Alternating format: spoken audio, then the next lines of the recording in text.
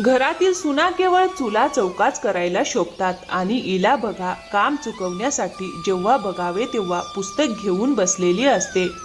काय करणार आहे कुणास ठाऊक. हे सगळं वाचून घर चालवण्यासाठी शिक्षणाची काय गरज आहे. ही आहे शांतादेवी. वय अंदाजे 55च्या पुढे, चेहऱ्यावर कठोरपणा आणि डोळ्यात राग. आणि ही आहे तिची सून कविता. तरुण, सुशिक्षित आणि आयुष्यात काहीतरी करून दाखवण्याची तीव्र इच्छा असलेली. तिचं स्वप्न आहे सरकारी अधिकारी होण्याचं. शांतादेवीचा मुलगा होता जगदीश, 30 वर्षाचा, साधा शेतकरी आणि साधा सरळ माणूस. आईचा आज्ञाधारक मुलगा आणि पत्नीबद्दल मृदू हृदयाचा नवरा. शांतादेवी म्हणजेच कवितेची सासू डोळे उघडताच आदेश द्यायला सुरुवात करायची. अगं कविता, गोवऱ्यांच्या शेणाचे उपले सुद्धा बनव. काल सगळे संपलेत. आणि हो, मागच्या वेळीप्रमाणे उन्हात अर्धवट कच्चे ठेवू नकोस, नाहीतर नीट पेटणार नाहीत. आणि दुपारच्या आधी अंगण स्वच्छ झाले पाहिजे. गावातील बायका येणार आहेत. घर कसं चमकायला हवं.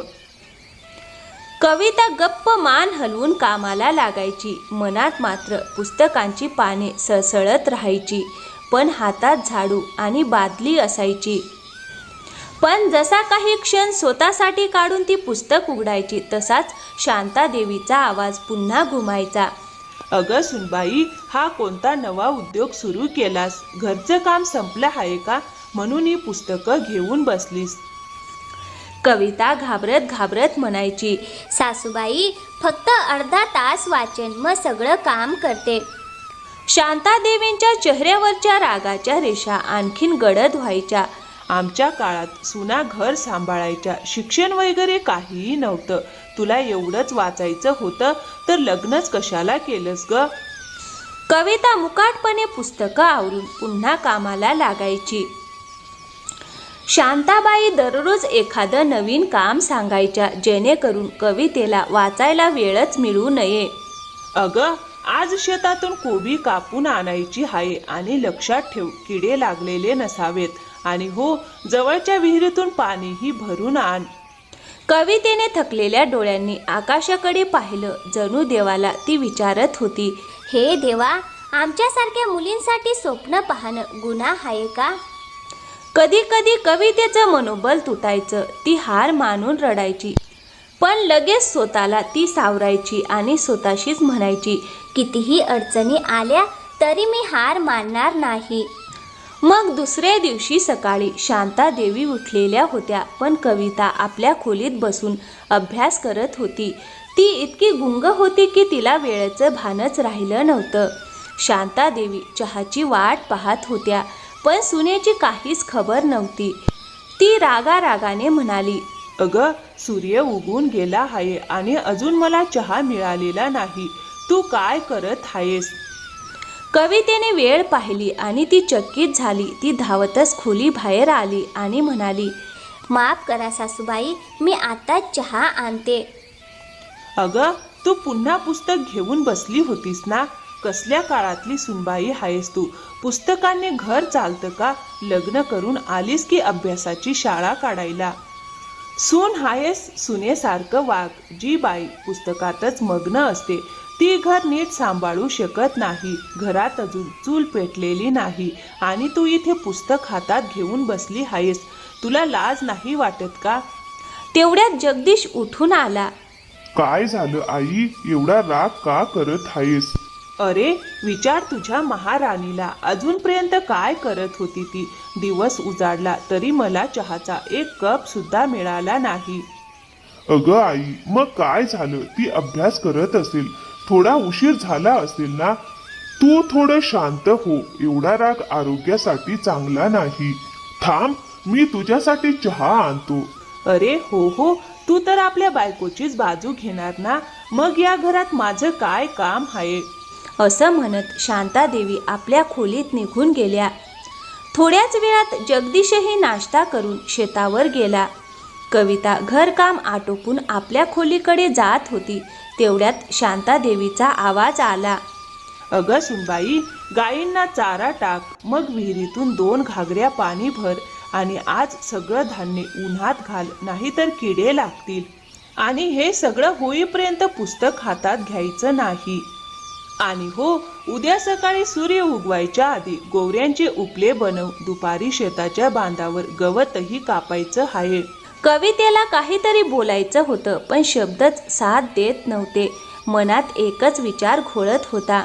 हे देवा, माझी स्वप्न खरंच इतकी छोटी आहेत का की घरकामाच्या ओझ्याखाली चिरडली जातील. दिवसभर काम करून रात्री कविता आपल्या खोलीत गेली. जसं तिने पुस्तक उघडलं तसं तिच्या डोळ्यातून अश्रू वाहू लागले. शरीर पूर्णपणे थकून गेलं होतं. कंबर आणि पाठदुखीमुळे तिला बसताही येईना. ती स्वतःला रडण्यापासून थांबवू शकली नाही. कदाचित या जन्मात मी माझी स्वप्न पूर्ण करू शकणार नाही. माझं आयुष्य या चूल चौक्यातच अडकून राहील. जगदीश खोलीत आला तेव्हा त्याने पाहिलं की कविता रडत आहे. काय झालं कविता, तू अशी का रडते आहेस? आई तुला पुन्हा काही बोलली का? कवितेने स्वतःला सावरायचा प्रयत्न केला, पण तिचं दुःख आता थांबणार नव्हतं. अश्रू थांबले नाहीत आणि ती मोठ्याने हुंदके देत रडू लागली. अहो, मला माझी स्वप्न पूर्ण करायची आहेत. मला शिकायचं आहे. अगं हो कविता, मला माहीत आहे तुला पुस्तकांची गरज आहे ना, मी आणून देईन. पण तू इतकी का रडते आहेस? अहो, मी खूप थकते. दिवसभर कामामुळे मला वेळच मिळत नाही. आई रोज नवं काम सांगतात, फक्त म्हणून की मी शिकूच नये. शरीराने तर थकलेच आहे, पण आता मनानेही पूर्णपणे खचले आहे. अगं, मी शेतावर गेल्यावरही तुला अजिबात वेळ मिळत नाही का? नाही मिळत. कदाचित माझं स्वप्न स्वप्नच राहील. कदाचित मी त्या काळात जन्माला आलेच नाही जिथे मुलगी शिकून काहीतरी बनू शकते. म्हणतात ना, बाईच बाईची शत्रू असते, आणि आज मी ही मन प्रत्यक्ष अनुभवते आहे. जगदीश स्तब्ध झाला. कवितेने डोळे पुसत म्हटलं, मला वाटलं होतं की लग्नानंतरही मी माझी स्वप्न जिवंत ठेवू शकेन, पण आईंनी तर जणू माझं स्वप्न ओझंच समजलं आहे. कोणतंही काम असो, आधी माझ्याच नावावर. वाचायला बसले तर टोमणे, आणि श्वास घेतला तरी दोष. जगदीश काहीतरी बोलणार होता, पण आज कविता थांबणार नव्हती. तिची आजवरची शांतता आज लावासारखी उसळून बाहेर आली होती. माझी पुस्तकं, माझ्या रात्री, माझ्या डोळ्यातली प्रत्येक स्वप्न आज मला सगळीच ओझी वाटू लागली आहेत. खरंच एखाद्या मुलीचं स्वप्न फक्त लग्नापर्यंतच मर्यादित असतं का? मी फक्त भाकऱ्या भाजायला आणि झाडू हातात घ्यायलाच जन्माला आले होते का? अहो, मी हार मानली आहे. आता माझ्याकडून होणार नाही. माझं स्वप्न कदाचित स्वप्नच राहील. अगं, असं बोलू नकोस कविता. मी तुझ्याशी लग्न केलं ते फक्त तू भाकऱ्या कराव्यात, घरकाम सांभाळावंस किंवा माझ्या आईची सेवा करावी म्हणून नाही. मी तुझ्याशी लग्न केलं कारण तू माझ्या आयुष्याची साथीदार व्हावीस. त्या दिवशी 7 फेरे घेताना मी वचन दिलं होतं की तुझ्या प्रत्येक स्वप्नात मी तुझ्यासोबत उभा राहीन. तेव्हा असं कुठे म्हटलं होतं का की स्वप्न फक्त माझीच असतील आणि तू फक्त घर सांभाळशील, आणि जोपर्यंत मी जिवंत आहे कोणीही तुझ्याकडून तुझं स्वप्न हिरावून घेऊ शकत नाही. मग ती परिस्थिती असो किंवा माणसं, मी तुला वचन देतो, आता एकही दिवस असा जाणार नाही ज्या दिवशी तुला एकटं वाटेल. तुला शिकायचंच असेल तर घरचं प्रत्येक काम मी करीन. आईलाही समजावून सांगेन. कवितेने रडतच विचारले, पण आई मान्य करतील का? जगदीश तिच्या डोळ्यात पाहत म्हणाला, जर ती माझी आई असेल तर एक दिवस नक्की मान्य करेल, आणि जर तिला माझा आनंद हवा असेल तर तिला तुझं स्वप्नही स्वीकारावं लागेल, कारण आता तेही माझं स्वप्न आहे. कवितेला जणू नवी ताकद मिळाली. तिने पुन्हा एकदा आपलं पुस्तक हातात घेतलं. मग दुसऱ्या दिवशी सकाळी जगदीश आज लवकर उठला होता, पण यावेळी तो शेतावर गेला नाही. तो थेट आईजवळ जाऊन बसला. शांतादेवीने विचारलं, अरे, आज शेतावर जायचं नाही का? जगदीश काही क्षण गप्प राहिला, मग अतिशय शांतपणे म्हणाला, आई, मला तुझ्याशी एक गोष्ट बोलायची आहे. शांतीदेवीने नजर वर केली, पण काहीच बोलल्या नाहीत. आई, तू कविताला शिकू का देत नाही? घरचं सगळं काम तिच्याकडूनच करून घेते. सून असणं म्हणजे शिक्षा आहे का? शांतादेवी चकित झाल्या. इतक्या वर्षात त्यांनी आपल्या मुलाला अशा सुरात कधीच बोलताना ऐकलं नव्हतं. अरे जगदीश, तू माझ्याशी उंच आवाजात बोलतो आहेस आपल्या बायकोसाठी? जगदीशने सौम्यपणे पण ठामपणे उत्तर दिलं. नाही आई, मी माझ्या पत्नीच्या हक्कासाठी बोलतो आहे. कविता कधीच काम चुकवत नाही. दिवसभर ती कामात गुंतलेली असते, तरीही तू तिला टोमणे मारतेस. तिला शिकायचं आहे, काहीतरी बनायचं आहे. यात वाईट काय आहे आई? शांतादेवीचा चेहरा कठोर झाला. त्या म्हणाल्या, मग काय, आता मी काम करायचं का? अरे, माझं वय पाहिलं आहेस का? आणि हो, सुनबाई शिकून काय करणार आहे? ती मोठी अधिकारी बनेल का? अगं आई, जर तू काम करू शकत नाही तर मी करीन. कविता शिकेल, मी शेतही पाहीन, घरचं कामही करीन, पण मी तिला तिच्या स्वप्नांपासून दूर जाऊ देणार नाही. शांतादेवी गप्प राहिल्या. त्यांना विश्वासच बसत नव्हता की त्यांचा साधासुधा मुलगा आज त्यांच्या समोर एवढ्या ठामपणे उभा राहिला आहे. जगदीश हळूच म्हणाला, आई, काल रात्री कविता खूप रडली होती. ती पूर्णपणे खचून गेली होती. ती मला म्हणाली की कदाचित बाईच बाईची शत्रू असते. शांतादेवी चकित झाल्या. ती असं म्हणाली? का नाही म्हणणार आई? तू कधी तिच्या डोळ्यात डोकावून पाहिलं आहे का? ती किती थकते हे तुला कळेल. तरी सुद्धा एक हाक ऐकली की ती धावत येते. प्रत्येक मुलीचं स्वप्न फक्त घराच्या चुलीत जळून जायचं असतं का? जी सून होते तिचे स्वतःचे स्वप्न उरतच नाही का? शांतादेवींचे डोळे थोडेसे मवाळ झाले. आई, बाबा गेल्यानंतर आपण दोघांनी मिळून किती काही सांभाळलं होतं ना. तू पहाटे उठून चूल पेटवायचीस, मी शेतावर जायचो आणि परत आल्यावर घरचं कामही करायचो. शांतादेवीच्या डोळ्यात जुन्या आठवणी उतरल्या. त्या मान हलवत म्हणाल्या, हो मुला, आपण खूप हाल सोसले. तू तर लहानपणापासूनच समजूतदार आहेस. आई, जसं आपण दोघांनी मिळून घर चालवलं तसंच आता मला वाटतं की आपण दोघांनी मिळून कवितेला तिची स्वप्न पूर्ण करू द्यावीत. अरे, पण तिचं स्वप्न तरी काय आहे? शिकून काय करणार आहे ती? आई, तिला अधिकारी बनायचं आहे. तिला पुस्तकांची आवड आहे. स्त्री असो किंवा पुरुष, कोणाचंही स्वप्न लहान नसतं. लग्न म्हणजे शिक्षा नसते की ज्यासाठी स्वप्न मारून टाकावीत.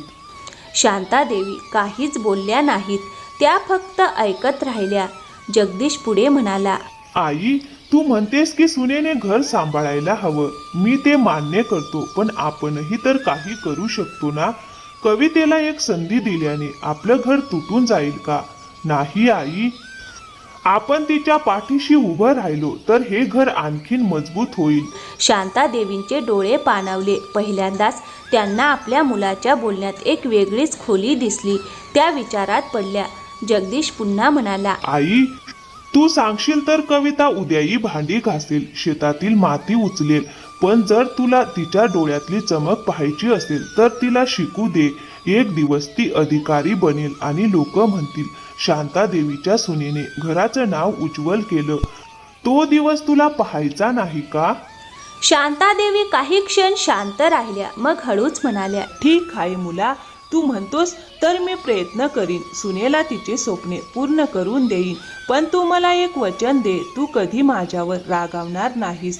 तू माझ्यासोबत नेहमी उभा राहशील. जगदीशने आईचा हात दोन्ही हातात धरला आणि हसतच म्हणाला, आई, जोपर्यंत श्वास आहे तोपर्यंत मी कायम तुझा आधार राहीन. आणि कविता सुद्धा, ती जेव्हा अधिकारी बनेल ना तेव्हा सर्वात आधी तुझ्या पाया पडून आभार मानेन. आता शांतादेवींच्या डोळ्यात कठोरपणा नव्हता, स्नेह होता, समज होती. हळूहळू 6 महिने गेले. जगदीशने आपलं वचन पाळलं. घरकाम, शेताची जबाबदारी, या सगळ्यात तो कवितेच्या प्रत्येक पावलावर तिच्यासोबत उभा राहिला. शांतादेवीही आता कवितेसोबत कामात हातभार लावू लागल्या. जगदीशने आपल्या शेतीच्या उत्पन्नातून कवितेसाठी कोचिंगची पुस्तकं, जुने प्रश्नपत्रिका संच आणि एक रेडिओही आणून दिला, जेणेकरून तिला सरकारी परीक्षांच्या बातम्या ऐकता येतील. शेवटी 2 महिन्यांनी परीक्षेचा दिवसही येऊन ठेपला. जगदीश आणि कविता आईचा आशीर्वाद घेऊन शहराकडे निघाले. आता फक्त निकालाची वाट पाहायची होती. 1 महिन्यानंतर पोस्टमन घराच्या दारात येऊन ओरडला. ओ जगदीश, कविता वहिनींच्या नावाचं पत्र आलं आहे. जगदीश धावत बाहेर आला. त्याच्या हातात पत्र आलं. कवितेच्या डोळ्यात अस्वस्थता आणि आशा दोन्ही एकत्र होत्या. हात थरथरत तिनं पत्र उघडलं. जसं तिनं वाचलं, आपली ग्रामविकास अधिकारी म्हणून निवड झाली आहे.